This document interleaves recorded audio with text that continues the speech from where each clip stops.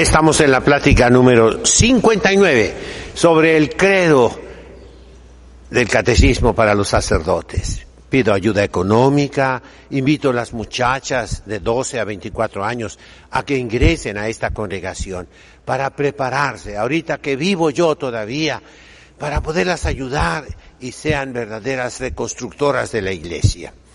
Suplico a los señores cardenales, arzobispos, obispos y sacerdotes que obedezcan las rúbricas, es decir, las indicaciones, los mandatos del Novus Ordo Missae. Si ustedes no celebran la misa tradicional, la misa de Pablo VI les ordena que la celebren de espaldas al pueblo.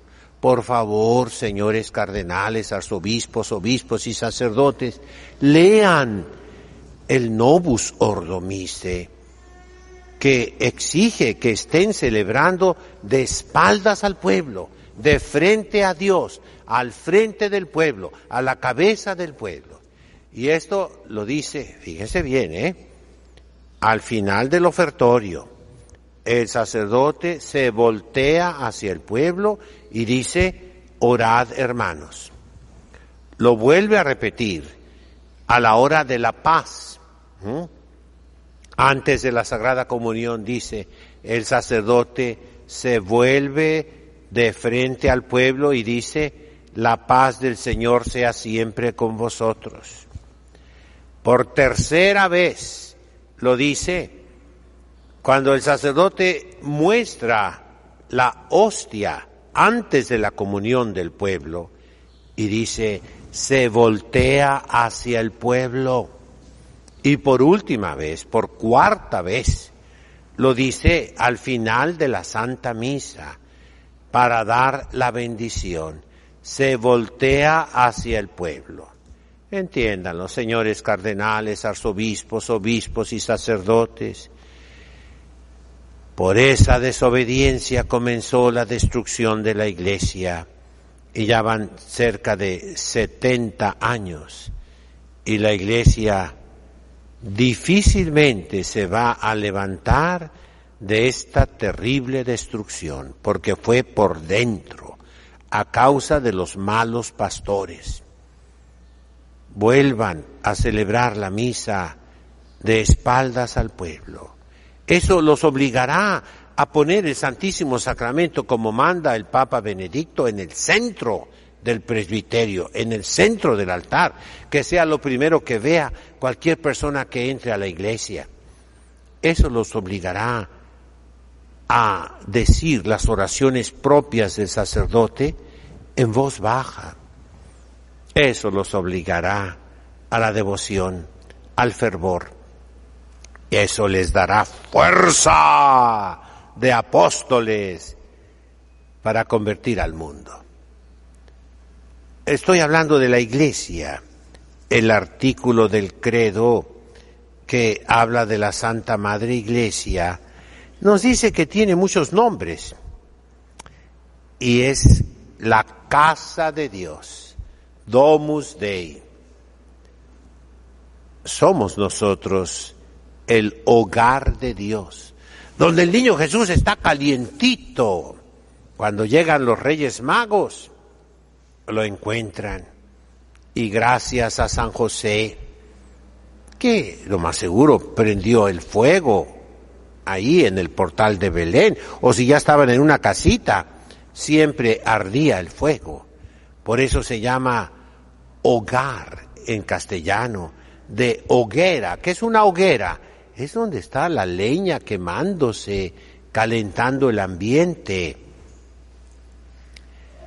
Y la iglesia es eso, donde encontramos calorcito, la ternura de la Santísima Virgen María, la fuerza viril de San José, la Sagrada Familia.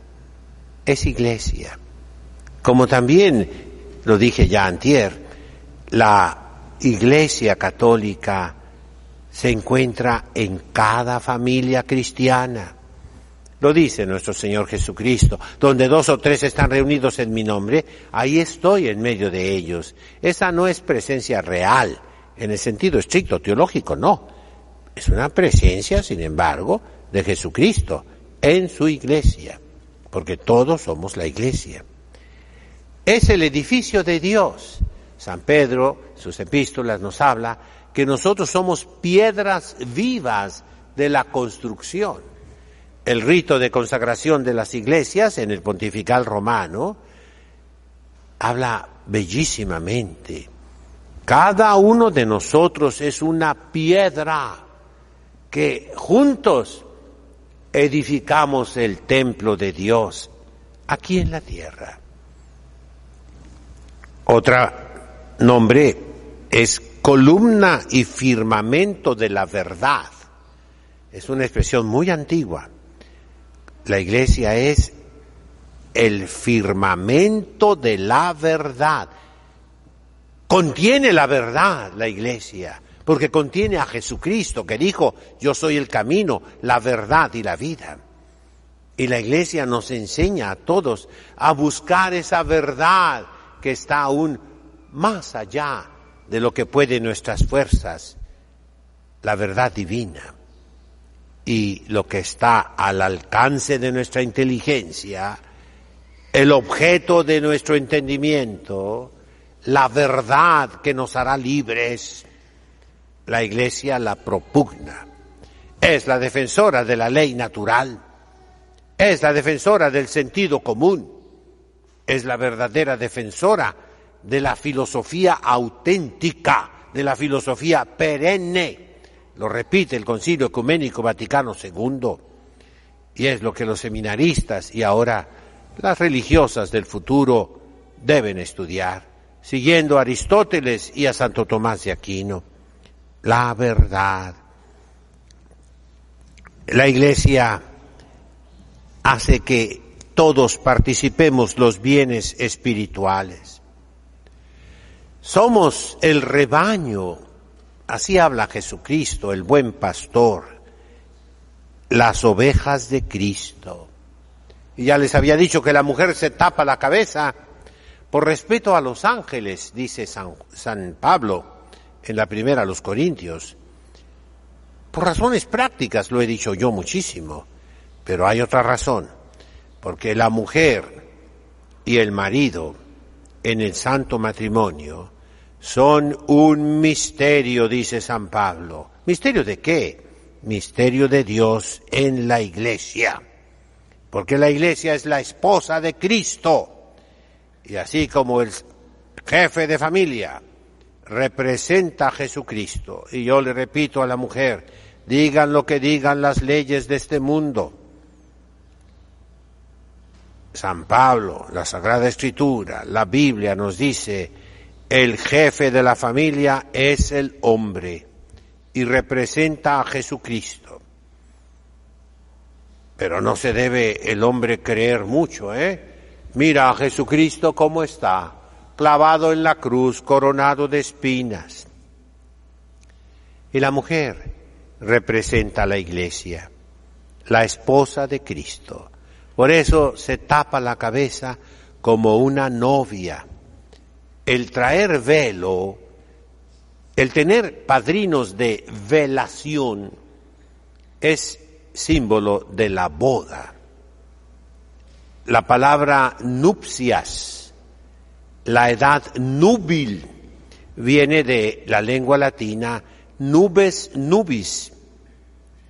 Núbeo es casarse y significa velarse.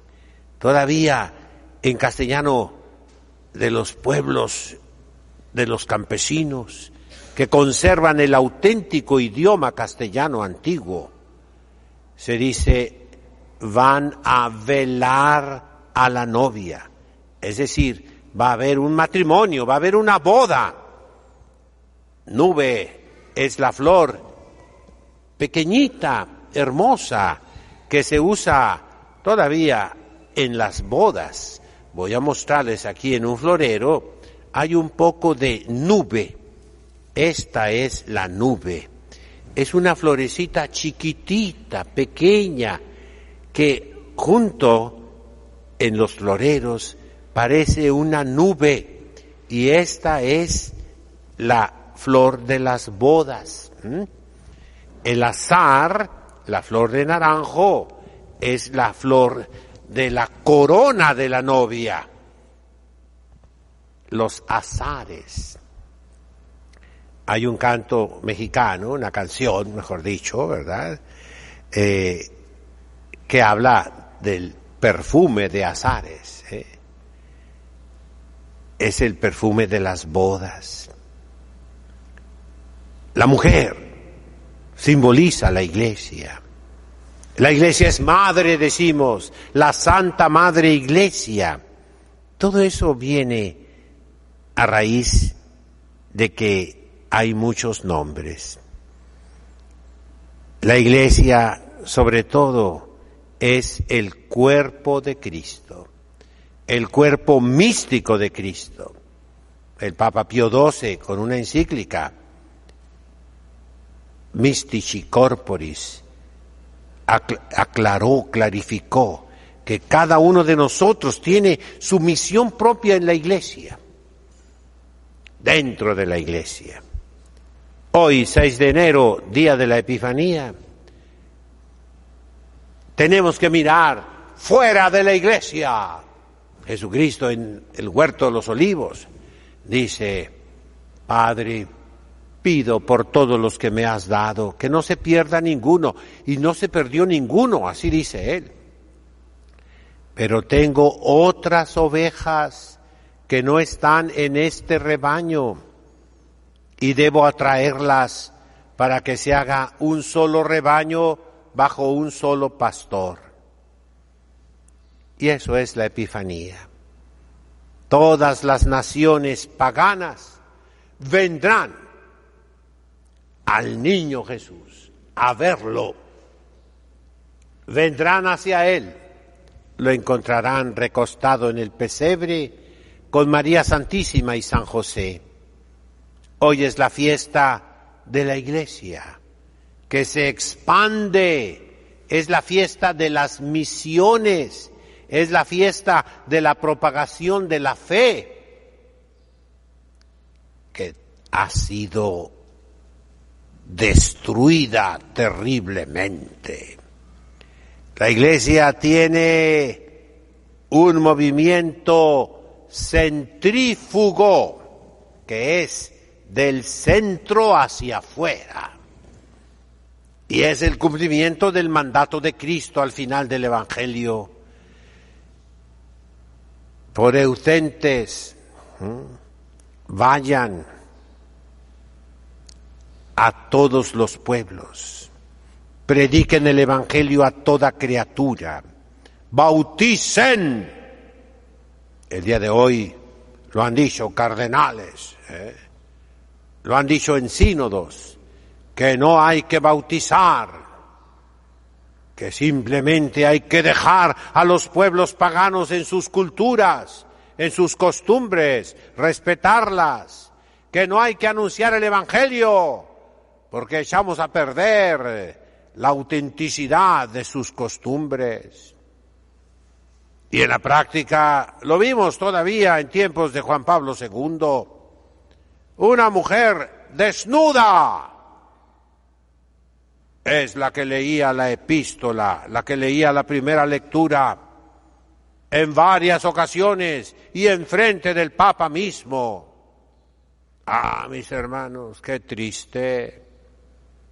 Dejarlos en la desnudez, dejarlos sin el santo bautismo. En la Amazonia se habló de eso, que bautizarlos era como adulterar sus culturas, no respetar su idiosincrasia, entrometernos para echar a perder lo auténtico que tenían. Por ahí va la teología india,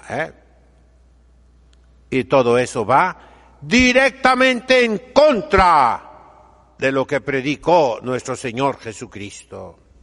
Euntes docete omnes gentes, vayan y prediquen a todas las naciones, a convertirlas, sí, el mensaje de Jesucristo, el mensaje del último profeta y de todos los profetas. ¿Cuál fue? Arrepentíos, convertíos, creed en el Evangelio. El que se bautice se salvará, dice nuestro Señor Jesucristo. El que no crea y no se bautice no se salvará. Ese es el movimiento centrífugo de la Iglesia para la conversión de los que no son cristianos, para que reciban el mensaje de Jesucristo, el Evangelio de Jesucristo. Esa es la verdadera evangelización. Y también el ecumenismo bien entendido, mis hermanos. El daño más grande que se ha hecho al esfuerzo misionero de la Iglesia, afuera y adentro, ha sido el decir que todas las religiones son buenas, que se pueden salvar en su propia religión. Y eso lo he dicho y lo he repetido. Es ambiguo, es equívoco. Sí, si no tienen manera de conocer de ningún modo el Evangelio de Cristo, y si tienen buena voluntad, se salvan. Eso siempre lo ha dicho la Iglesia. Y se salvan en la Iglesia, por medio de la Iglesia, porque fuera de la Iglesia no hay salvación. Todos los que se salvan por la gracia de Jesucristo nuestro Señor, que murió por nosotros en la cruz, lo conozcan o no lo conozcan. Un ejemplo son los niños inocentes asesinados por el rey Herodes. ¿Se salvaron? ¡Claro que sí se salvaron! Los veneramos como santos, los santos inocentes. ¿Pero conocieron a Jesucristo? ¡No! No lo conocieron. Murieron en la inocencia.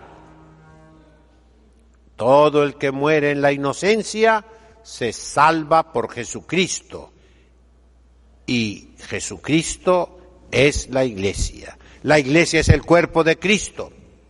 Se salvan por la Iglesia, porque esa es la única obra que vino a hacer nuestro Señor Jesucristo a esta tierra, fundar la Iglesia. Todo el que se salva por la gracia de Jesucristo, en la Iglesia, con la Iglesia, por la Iglesia. ¿Qué es la Iglesia? La continuación de la redención, la continuación de la obra de Jesucristo. Y eso son las misiones. Y también la apologética, la defensa de la fe católica contra las herejías, contra los cismas, contra la apostasía, contra la indiferencia, que también aquí fue destruida lamentablemente después del Concilio Ecuménico Vaticano II. Ningún sacerdote está capacitado ya para poder rebatir a los testigos de Jehová. Poquísimos son los apologetas, y más bien laicos ahora que sacerdotes. Es una tristeza. Mis hermanos, qué culpa tan grande de nosotros los pastores, que no predicamos la verdad, que no llevamos adelante la obra de Cristo en la Iglesia, que es, ¿cómo dije yo? Columna y firmamento ¿de qué? De la verdad. Por ello, este 6 de enero, gocemos la venida de los Reyes Magos. Melchor. ¿Qué significa Melchor? Melech Or. Melech significa en hebreo rey. Or es la luz en hebreo. Melchior significa el rey de la luz. Es la luz la que los atrajo al niño Jesús, la estrella de Belén, ese astro bendito que los guió, los dirigió hasta llegar a Jerusalén. Y buscaron la fe y no la encontraron. El rey, sucesor del rey David, el rey Herodes, no tenía fe, tenía odio. contra el enviado de Dios, contra el Mesías verdadero. No encontraron fe en los sumos sacerdotes, no encontraron fe en los dirigentes del pueblo judío, que estuvieron de acuerdo con Herodes para matar al futuro Mesías. Y entonces volvió a aparecer la estrella y los guió a Belén. Ahí está el misterio de la eclesia, que les dije ya, ¿qué significa iglesia?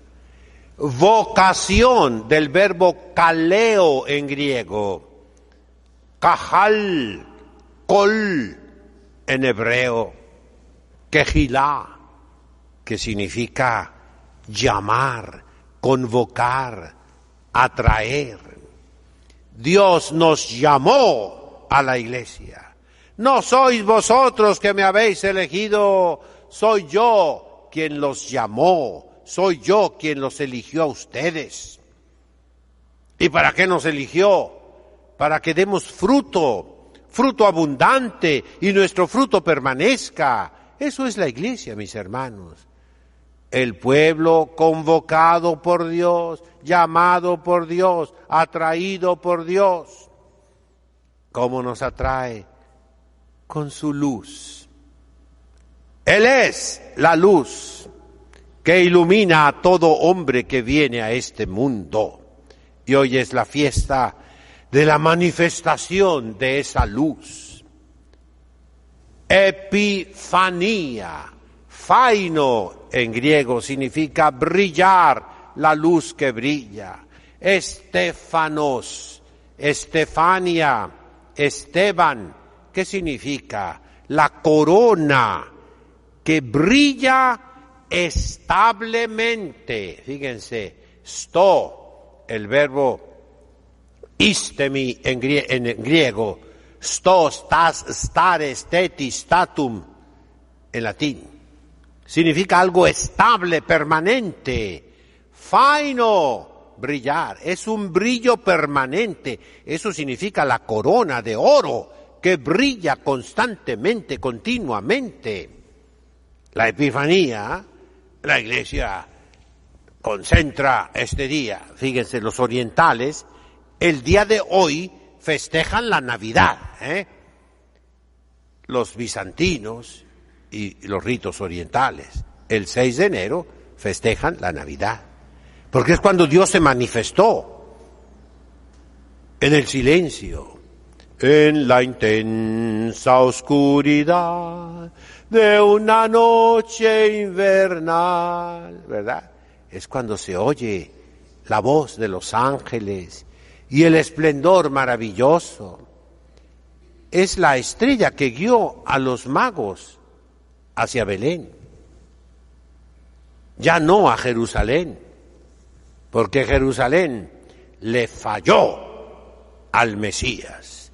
Vino a los suyos no lo recibieron.